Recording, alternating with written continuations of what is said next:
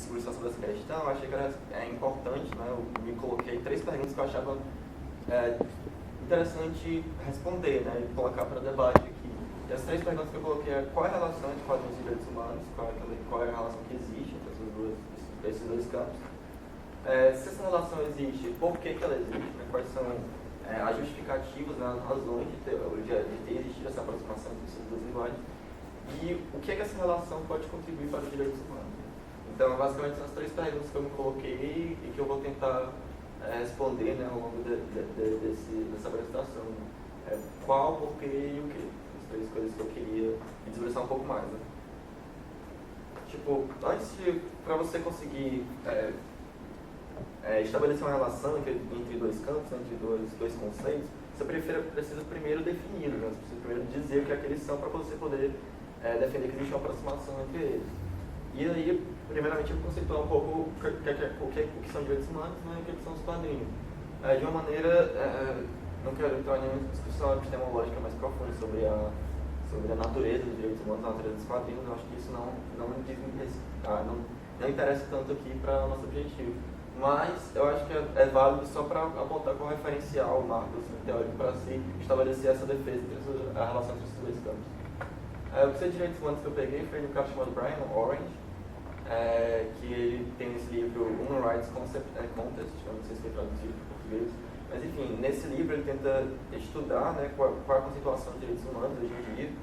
Ele mesmo faz uma divisão analítica para poder estudar o conceito e também estudar o contexto em que esse conceito foi produzido e que esse conceito foi modificado ao longo da história. E aí ele chega nessa definição aqui, que o direito humano é uma pretensão de alta prioridade, um direito impositivo, a um certo número de garantias que são devidas a cada ser humano como uma questão de mínimo tratamento digno. Tais garantias incluem bens materiais vitais, liberdades individuais e segurança pessoal, né, integridade pessoal. Em geral, as garantias postuladas para os direitos humanos são aqueles benefícios fundamentais que qualquer ser humano pode exigir de outras pessoas, instituições sociais, como uma questão de justiça. Pois é, toda a conceituação de direitos humanos, né, ela está muito relacionada ao período do iluminismo, né, a uma perspectiva de humanismo nacionalista, né, por volta do século XVIII, que vai sendo muito, ganhando muito proeminência, né, principalmente através do trabalho do John Locke. Né. Locke foi um filósofo teórico que ele reviu a ideia de contrato social, né, proposta pelo Thomas Hobbes, que o Thomas Hobbes colocava que você tinha o contrato social a partir da obra dele, né, do Leviatã. Ele estabelecia que você tinha a opção entre o caos completo e a autoridade da maneira como ela existe, que está posta. Né? Então você não tinha a possibilidade de... Então se você não queria viver, né, nesse estado de natureza que o homem era o lobo do homem, né, segundo Thomas Hobbes, você devia aceitar a autoridade da maneira como ela está posta, né, de maneira de justificar o poder divino dos monarcas. E aí o John Locke ele vai em um outro sentido, né? Ele vai tentar justificar o contrato social, né, essa autoridade estatal, dizendo que os seres humanos abrem mão, as pessoas abrem mão de certos direitos menores para poder criar um poder estatal, para poder fazer uma defesa, né, para que o Estado possa defender os seus direitos naturais, os direitos mais fundamentais, mais essenciais.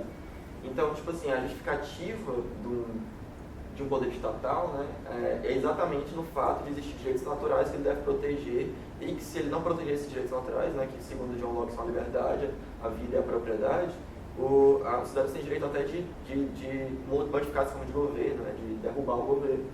E aí, a partir dessa conceituação do John Locke de direitos naturais como fundamento do Estado, né, essa concepção foi muito adotada a partir e expandida, né, e reafirmada a partir de 2 eventos, né, que foram a independência norte-americana, né, a partir da Constituição norte-americana, e a partir da Revolução Francesa, né, a partir da Declaração Universal de Direitos do Homem e do Estado, não lembro exatamente do momento. E a partir dessa conceituação de direito natural, né, que foi adotada por essas revoluções, que se começa a pensar num conceito de direitos humanos que vai permanecer até hoje, né, que é essa ideia de um patamar mínimo de direitos que deve ser garantido a qualquer ser humano, independentemente do seu estado social. E aí vai receber muitas alterações ao longo da história, né? O seu conteúdo vai ser incluído cada vez mais, porque no começo os direitos humanos são principalmente ligados a uma ideia de liberdade, né? Liberdades individuais, e vão ser incluídos a partir de direitos sociais, né? Direitos de fundo e tudo mais. E também na sua fundamentação, né? Os direitos humanos eles surgem como uma ideia de um direito natural, né, ligado ao justnaturalismo, e depois vai sendo passado por um positivismo nacionalista, chegando à fase atual, né, que é a fase de um positivismo internacionalista, né, internacional, que a positiva que chega principalmente a partir de 1948, vai com a Declaração Universal dos Direitos Humanos pela ONU. Então, basicamente é isso, o conceito de direitos humanos que se adota, né, a ideia que foi positivada, normativizada em vários sistemas jurídicos, de um patamar mínimo de direitos que devem ser proporcionados para qualquer um, independentemente do seu estado social, como condição de existência de uma vida digna, de uma existência digna. Hoje em dia, esse conceito de direitos humanos, eu estou adotando um conceito conservador. Assim, hoje em dia ele é muito questionado, principalmente por uma crítica multiculturalista, né, que, como dá para ver, é um conceito que ele é muito baseado na filosofia, na tradição de pensamento ocidental. Né? Então, assim, durante o século XX e agora no século XXI, existe muito uma crítica a maneira como os direitos humanos, às vezes, essa ideia de direitos humanos é muito imposta de uma maneira a justificar um discurso quase neocolonialista, né, sobre países que ainda não adotam esse conceito de uma maneira tão rigorosa, como, por exemplo, como é comum em ditaduras do Oriente Médio. Pois é, o conceito de quadrinhos já é uma coisa um pouco mais complicada. Quadrinhos, são uma linguagem que ainda não existe um estudo tão esforçado sobre a matéria, academicamente falando, até existe nos últimos 30 anos, mas se você tem uma atenção maior. Mas essa preocupação, né, de definição de ontologia, epistemológica e tal, ainda é um pouco recente e ainda não se existe um conceito de quadrinhos que seja universalmente aceito. Né? E isso também se deve a uma questão até da própria origem dos quadrinhos. O quadrinho deve ser a arte de mais difícil definição, né, porque se você for pensar no cinema, existe um marco tecnológico, assim, que é muito claro, da invenção do cinema, né, que é a invenção da câmera, ou então da fotografia, né, que é a câmera fotográfica do cinema, da câmera de vídeo. Existe um marco tecnológico muito claro de quando o cinema foi criado e foi inventado. Já os quadrinhos, né, eles não existem um marco tecnológico claro da sua linguagem. Existe mais uma evolução dos elementos que são utilizados e entendidos como histórias em quadrinhos. Porque se você for pensar, né, histórias em quadrinhos como no seu conceito de imagens em sequência, isso já pode ser colocado. A gente pode voltar 2 mil anos atrás e colocar a tapeçaria de Baú, as cavernas de Icaro Rupestre, por exemplo, poderia ser considerado dentro de certos processos estudiosos, já apresentam uma certa sistemática linguística parecida com os quadrinhos. Enfim, os quadrinhos não têm uma origem muito clara, né? Ninguém sabe direito onde é que os quadrinhos surgiram. Alguns marcam como a tipografia, a grande marca tecnológica da invenção dos quadrinhos, mas não se tem certeza. De todo modo, né, essa concepção do Scott McCloud ela é muito famosa academicamente. Né? Ela diz que quadrinhos são imagens pictóricas. É importante se colocar o pictóricas, porque, por exemplo, se a gente colocasse que quadrinhos são imagens de sequência, a literatura, por exemplo, poderia se classificar como quadrinho, porque a sequência de letras, né, também a gente vai ter, são imagens de sequência, né, são microsímbolos em uma sequência. Sendo que são por isso que se incluem pictóricas, porque são sequências de imagens que são provenientes de desenho ou pintura. Justapostas, ou seja, é importante incluir os justapostas, porque se a gente colocasse uma imagem de sequência, né, a animação, por exemplo, seria por isso considerado uma história em quadrinho, né, porque são imagens de sequência criando uma ilusão de movimento, né, como é característico do cinema, por exemplo. Sendo que as imagens do cinema, na animação, elas são sobrepostas uma sobre a outra exatamente para criar essa ilusão de movimento. Já no quadrinho é diferente, as imagens são colocadas lado a lado, né, justapostas, as várias imagens ao mesmo tempo. Então, os justapostos é para estabelecer essa diferenciação entre quadrinho e cinema e animação. E, por fim, sequência deliberada. Né? Essa sequência tem que ser pensada, né? Não é uma sequência, senão a gente poderia jogar um monte de imagem no chão aqui, você queria dizer, tem uma história de quadrinho aqui. Não é bem assim, você precisa pensar na organização do que você vai colocar essas imagens para você poder definir aquilo como quadrinho. Essa definição ela é propositalmente aberta, né? Ela é muito ampla, e ela é um pouco, talvez até polêmica, discutida, e por causa de 2 motivos. Né? Nela falta 2 coisas que durante muito tempo se considerou essenciais para as histórias em quadrinhos. Primeiro, você não vê nessa definição nenhum elemento de texto, né? Não diz que é necessário ter texto para se ter uma história em quadrinho. Isso é uma coisa que é considerada recente, assim, de certo modo, porque o quadrinho, quando foi inventado, assim, um dos marcos que a galera colocou no quadrinho, foi as criações de um quadrinista chamado Topfer, né? De um artista chamado Topfer. E ele, teorizando sobre o próprio trabalho dele, sempre falava que ele tinha descoberto uma linguagem que era em partes iguais texto e imagem, né? E aí ele comentava sobre si próprio, dizendo que ele se reconhecia como um escritor medíocre e um desenhista pior ainda, mas ao misturar o texto e a imagem, ele conseguia produzir um novo formato ali que para ele aquilo poderia dar um suporte interessante para as suas obras. Mas assim, então, durante muito tempo o texto foi considerado essencial para o quadrinho, né? Não bastava por si só a sequência de imagens. Sendo que hoje em dia isso é um paradigma assim meio que ultrapassado, né? Hoje em dia não se precisa, as pessoas já reconhecem que não se precisa de quadrinhos, de texto para se compor uma história de quadrinhos. Né? Isso aí, tem diversos quadrinhos que são colocados em sequências de imagens sem necessariamente com texto sobre eles. Aqui no Brasil, por exemplo, tem um quadrinista chamado Gustavo Duarte, que todos os quadrinhos dele não tem balão, não tem texto, são só sequências de imagens. Gustavo Borges. Não é Gustavo Duarte. Gustavo Borges é outro quadrinista também, mas é o Gustavo Duarte. Que o quadrinho dele são só sequências de imagens sem nunca ter balões, né, sem ter esse elemento textual que sempre foi tão característico ao quadrinho. Essa é a primeira coisa que não tem nessa definição. E a outra coisa que também não tem é uma questão de gênero, né? Você não vai ver, não estou dizendo aí, por exemplo, que tem que ter super-heróis. Eu estou dizendo aí que quadrinhos tem que ter, necessariamente, tem que ser um determinado conteúdo para ser quadrinhos, né?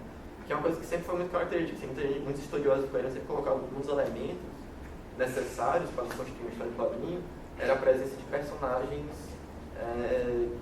recorrentes e reconhecíveis. Né? E isso hoje em dia também é ultrapassado, né? O quadrinho não precisa ser não precisa apresentar vários personagens que sejam reconhecidos, o quadrinho pode ser várias coisas, né? Pode ter vários conteúdos diferentes, não precisa ser super-herói. Se eu juntar apócrifos em sequência várias cargas, faria um quadrinho? Depende da sua intenção, né? Porque aí tem a questão da sequência deliberada. Né? A sequência deliberada, quando se pensa na sequência deliberada, é exatamente que é uma sequência que já é pensada no momento de fabricação da história. Ou seja, no momento que você está fazendo o quadrinho, você já imagina uma sequência para essas imagens. Então não basta você pegar umas imagens e colocar lado a lado. Embora você possa até fazer isso, você possa uma reconstrução, você pode pegar várias imagens e construir um quadrinho a partir dela, tentando bolar uma ressignificação dela. Assim. E o fanzine? O fanzine também. Ou uma antologia, né? Não sei se chegou a ver aquele livro novo da Companhia das Letras, que é só sobre cartoons da ditadura, e aí eles fazem uma retrospectiva da ditadura a partir de cartoons. É uma sequência deliberada, mas é uma antologia, não é um quadrinho. Pois essa é uma questão que ainda está sobre discussão, né? Sobre a questão do conceitual do quadrinho. Mas esse conceito que eu adotei, ele propositalmente, assim, eu quis colocar esse conceito mais amplo, exatamente para poder mostrar que o quadrinho que a partir do momento que a gente adota esses dois conceitos, que a gente entende o quadrinho como uma mídia, uma linguagem, um suporte que pode ser utilizado para qualquer conteúdo, e a gente entende direitos humanos como uma ideia que foi positivada, a gente percebe que para encontrar uma relação entre os dois, é só ver quando essa mídia está retratando esse conteúdo, entendeu? São coisas que podem ser complementares, que não precisam ser opostos. É difícil a gente chegar a uma relação entre quadrinhos e direitos humanos se a gente pensa que quadrinhos são necessariamente um determinado tipo assim, de história que as pessoas pensam que quadrinho tem que ser infantil, tem que ser sobre super-heróis e tudo mais. Até quadrinho infantil e super-heróis tem uma relação com direitos humanos. A gente pode discutir aqui direitos humanos a partir de uma perspectiva dos X-Men, por exemplo, que são a questão de metáfora para minorias, que é muito presente dentro do quadrinho.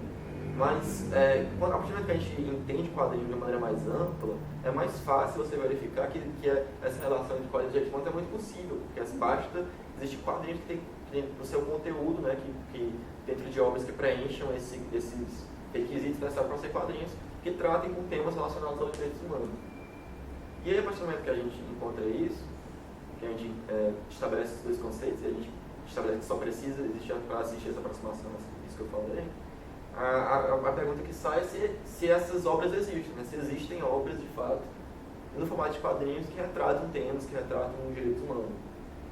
E seria problemático se eu achasse a resposta que era não, né? Que não existem essas obras, aí seria difícil participar desse painel. Mas, infelizmente, eu descobri, eu já sabia, né? Intuitivamente, empiricamente, assim, por ler quadrinhos que existiam. E eu escolhi, assim, eu poderia, como eu disse, poderia escolher diversas obras para falar sobre essa relação, assim, dos X-Men às graphic novels da Alison Bechdel. Assim. Mas eu escolhi 5 obras que eu acredito ser paradigmáticas, assim, que são mais interessantes para a gente observar de uma maneira um pouco mais próxima, né, um pouco mais profunda, sobre a relação dessas obras com os direitos humanos. Obras de quadrinhos que são muito importantes. O primeiro desses quadrinhos que eu escolhi dar uma olhada foi Gen Pé Descalço, de Keiji Nakazawa. O Keiji Nakazawa, ele é um sobrevivente da Segunda Guerra Mundial, né? Ele era de Hiroshima, morava em Hiroshima quando era criança. Ele tinha 6 anos. Quando ele tinha 6 anos,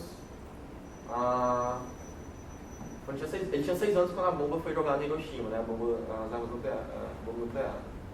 E aí ele foi um sobrevivente e a partir dos anos 70 ele resolveu criar uma história inspirada na sua própria história, na sua própria origem, sobre a Hiroshima, os impactos das armas nucleares. Né? E o nome da história é Gen Pé Descalço. Nessa história ele conta a história desse garoto que é o Gen, que a família dele é uma família de origem de ideais muito pacifistas. O pai dele é um militante pacifista e o pai dele acaba sendo perseguido, né, na época pelo governo japonês, né, porque na época da Segunda Guerra Mundial, né, década de 40, o governo imperial do Japão era um governo altamente baseado na idolatria, né, e no militarismo e no colonialismo, né, por exemplo, certo que eles atacavam muito a China, né, que estava em guerra constante com a China. E as ideias pacifistas eram muito perigosas para o regime da época. E a família desse garoto, né, do Gen, acaba sendo perseguida, ele acaba tendo que trabalhar desde criança, tanto ele quanto o irmão dele. Sendo que esses problemas que a família vai passando por esses ideias pacifistas acabam sendo meio que passados, viram poeira a partir do momento que cai a bomba, né? Porque boa parte da família morre, né? O pai do Gen, o irmão dele acaba falecendo. E a mãe dele, tanto ele quanto a mãe dele são perdidos em escombros, e a mãe dele entra em trabalho de parto mais rápido, por causa do trauma, parto acelerado por causa do trauma, ela estava grávida na época que foi jogada a bomba, ela acaba tendo uma filha no meio dos escombros, e a filha acaba falecendo pouco tempo depois, por causa das condições terríveis que eles viram. Então é um quadrinho, né, que é claramente de uma temática muito pesada, sombria, muito diferente daquilo que se espera das histórias em quadrinhos, do que se esperava das histórias em quadrinhos na época. Ele foi publicado em 1973, e era a época do auge assim, da Guerra Fria, né, da corrida nuclear entre os Estados Unidos e a União Soviética, na época da destruição mútua assegurada, né, que os dois países tinham armas nucleares e os dois países poderiam destruir um ao outro se eles lançassem. Por isso esse quadrinho é um manifesto assim, muito claro assim, contra a utilização de armas nucleares. Né? Até então, hoje em dia talvez se conheça um pouco mais, mas até então não se tinha tantos relatos, assim, são os relatos mais populares sobre os efeitos devastadores que teve a bomba nuclear na cidade de Hiroshima. Né?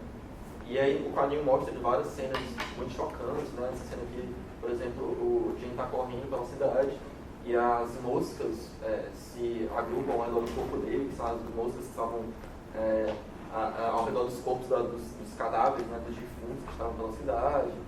E nesse aqui é pouco depois do lançamento da bomba, que ele vai correndo, tentando encontrar os pais dele, né? E aí ele vê pessoas que parecem mortas, né, pessoas que parecem derretidas. Enfim, o quadrinho tem muitas imagens gráficas bastante chocantes, né? O quadrinho foi adaptado já para vários animes, virou também... dois filmes de live action já foram inspirados nesse quadrinho. Então ele tem imagens muito chocantes mostrando, né, o desastre, né, os efeitos devastadores que tem as armas nucleares. E a intenção do quadrinho é exatamente essa, né, de um manifesto pacifista, de certo modo. O Keiji Nakazawa, né, que é o autor do quadrinho, ele propositalmente deu o nome do personagem principal de Gen. Gen, em japonês, né, significa raiz. E ele queria demonstrar, né, embora o quadrinho seja de uma maneira muito, tem imagens muito chocantes, né, muito deprimente de se assistir, é um quadrinho que ele tem um teor, né, muito esperançoso no final das contas, né, uma superação da morte a partir da esperança, né, porque o Gen, por mais que ele viva numa situação devastadora, numa situação terrível, completamente inóspita, né, ele consegue sempre arrumar motivos para continuar seguindo em frente, né, ele sempre consegue ter esperança mesmo nessa situação terrível. E aí o Keiji Nakazawa, ele tem até um post que eu peguei dele, que ele fala, né, que ao principal personagem eu dei o nome de Gen com a esperança de que ele chegará a ser uma raiz, uma fonte de força para uma nova geração, que possa pisar no solo carbonizado de Hiroshima de pés descalços, que sinta a terra debaixo de seus pés, que tenha força suficiente para dizer não às armas nucleares. Então, assim, é um manifesto contra a utilização de armas nucleares, um manifesto pacifista, numa época onde a utilização de armas nucleares ainda estava plenamente aceita, né, universalmente aceita pelas principais potências, não existia um combate tão grande a isso. Né. E é um quadrinho muito importante, assim, teve um impacto muito grande a partir dessa publicação, né, da transmissão dessa mensagem. E mostra aí uma clara relação, né, com os direitos humanos com a questão do jus in bello, né, o direito à guerra, o direito em guerra, né, que as normas do que é que se pode ser utilizado dentro de uma situação de guerra, né, se é legítima a utilização de armas de destruição em massa, de armas nucleares nessas situações. Né. E o quadrinho propõe uma reflexão sobre isso e consegue fazer isso de uma maneira muito efetiva. Né. Ele foi um quadrinho bastante influente, que vendeu mais de 6 milhões de cópias, foi publicado no Brasil já, né, que é a edição brasileira, foi publicado já aqui há muito tempo. E é um quadrinho bastante popular e que levanta essa questão de maneira muito relevante. Né. Ele foi publicado durante 12 anos, de 73 a 85. O segundo quadrinho é Maus, do Art Spiegelman, que foi muito inspirado por Gen, de certo modo. Né. O Gen é um quadrinho que, embora seja autobiográfico, ele muda o nome do personagem, né, ele tem vários exercícios ficcionais ao longo do quadrinho, e o Maus não. O Maus ele existe uma relação mais realista, né, com o que ele está buscando relatar. O Maus é escrito por esse cara, o Art Spiegelman, ele é filho do sobrevivente do Holocausto, se chama Wojciech, que é o pai dele, que é o que bate na capa. E aí ele bolou esse quadrinho, né, porque ele começou a entrevistar o pai dele, que era sobrevivente do Holocausto, querendo contar a história do pai dele enquanto sobrevivente. Né. E aí ele resolveu contar essa história pelo meio do quadrinho, de uma história em quadrinhos. Né. O que é uma opção, né, que chocou o mundo, né, chocou na época a mídia, a imprensa norte-americana, né, porque você está pegando um meio que é tradicionalmente identificado com a infantilização, né, com a fantasia, com os super-heróis, com o escapismo e tudo mais, para contar uma das histórias mais trágicas, né, talvez a mais traumatizante do século XX, que é a história do Holocausto. Né. E uma coisa uma opção, né, muito interessante, né, que só é possível dentro do formato de quadrinhos, que foi utilizada pelo Art Spiegelman, é o uso do antropomorfismo. Né. Dentro do quadrinho, ele se utiliza, ele bota cada uma das diferentes etnias, né, que ele é representante dele, que são os judeus, aí tem os franceses, os alemães e os americanos. Cada um deles apresentam são representados iconograficamente com raças animais. Né? Os judeus são apresentados como ratos, que é uma coisa que ele até se utiliza da propaganda nazista, que no Maus, inclusive, é a palavra alemã para rato. E ele utiliza a propaganda, ele teve essa ideia para tirar a propaganda nazista, que mostrava exatamente os judeus como vermes, né, como pragas, como ratos e tudo mais. E aí ele utiliza dessa iconografia para contar essa história. Judeus mostrando eles como ratos, os alemães como gatos, e os americanos como cães, os poloneses como porcos e os franceses como sapos. E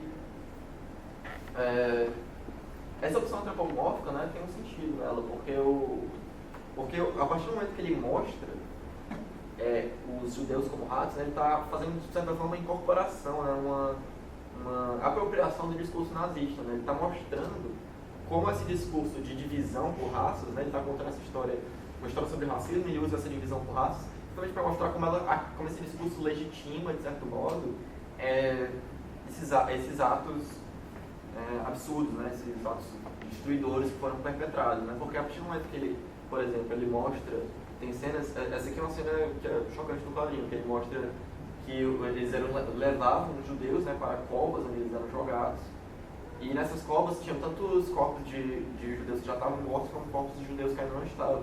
Do jeito que eles jogavam todo mundo nessa cova, tanto os corpos já falecidos quanto de pessoas vivas, depois eles jogavam óleo e tocavam fogo nos vivos e nos mortos que estavam dentro dessas valas. E depois eles pegavam a gordura dos corpos que queimavam para utilizar para queimar outras pessoas de outra maneira novamente. E a partir do momento que ele mostra essa imagem, né, embora ela seja chocante, quando a gente vê ratos sendo queimados, ela não choca a gente tanto quanto seria se a gente visse humanos nisso. E desse modo ele consegue fazer a gente compreender como é que é o raciocínio do próprio nazista. Né? Porque muitas pessoas se perguntam, né, como é que certos absurdos foram perpetrados na Segunda Guerra Mundial, né? Como é que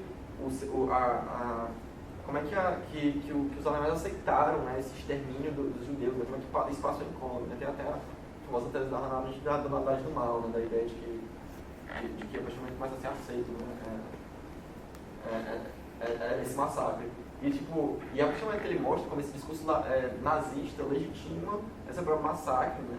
E como, para eles, como o discurso nazista faz com que as pessoas enxerguem que eles não estão queimando seres humanos, né? Eles não se identificam com aquelas pessoas que estão sendo queimadas, não conseguem se enxergar naquelas pessoas que estão sendo queimadas. Eles percebem que existe uma barreira entre ambos, que é a maneira que se acredita da raça, né? De uma raça superior ou não.